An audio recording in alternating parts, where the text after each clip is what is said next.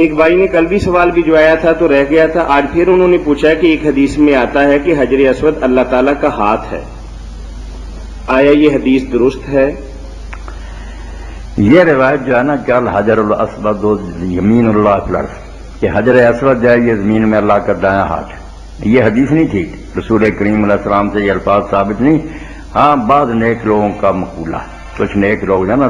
تابعین الصحابہ، ان میں سے کچھ لوگوں نے یہ بات سمجھائی ہے کہ حجر اسود کو ہم ہاتھ کیوں لگاتے ہیں، بوسہ دیتے ہیں، اس کو بیان کرتے سمجھایا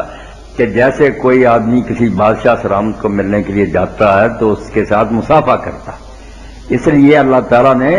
آنے والوں کے لیے یہ مصافحہ کرنے کے لیے اپنا دایاں ہاتھ قرار دے دیا۔ اس کی سے جب ہم ہاتھ ملاتے ہیں نا تو اللہ کے ہاتھ میں ہاتھ رکھتے ہیں، اس لیے وہ نیک لوگ کہتے تھے کہ جیسے بیعت کے وقت ہاتھ میں ہاتھ دیا جاتا، جس کو اللہ کے رسول کی بیعت نہیں نصیب ہوئی، وہ جب حجر اسود پر ہاتھ رکھتا نا تو اس کو ہوش ہونی چاہیے، وہ دراصل صدیوں بعد اللہ اور اللہ کے رسول کے ساتھ بیعت کر رہا، یہ معاہدہ کر رہا ہے کہ میں نے اپنا ہاتھ اللہ کے رسول کے ہاتھ میں دے دیا، میری پچھلی زندگی چاہے جیسی گزری اب میں طائب ہوتا، آئندہ نہیں خلاف ورزی کروں گا۔ بہت بڑی بات اسی لیے ہے کہ حجر اسود کو چھونے سے پچھلے گناہ جھڑ جاتے ہیں، وہ خام خواہ نہیں جھڑتے کہ ارادہ یہی ہو کہ پھر کرنا جا کر لوٹ مچانی ہے، ایسے لوگوں کے کیا معاف ہونے جو بیعت کر کے آتے کہ واقعی ہم نے معاہدہ کر لیا حضور سے، اس لیے وہ دایاں ہاتھ ہے اللہ کا، رسول اللہ نے بھی اس پر ہاتھ رکھا۔ جب ہم اس پر ہاتھ رکھتے ہیں تو یہ جانے والے جو ہے نا حج عمرہ کو اگر سن رہے ہیں تو اپنے ذہن میں یہ بات بٹھائیں کہ یہ ہاتھ سے رکھنے لگے نا، یہ ہاتھ اصل میں اللہ کے رسول کا اور اللہ کا ہاتھ ہے، آپ اس میں ہاتھ دے رہے ہیں،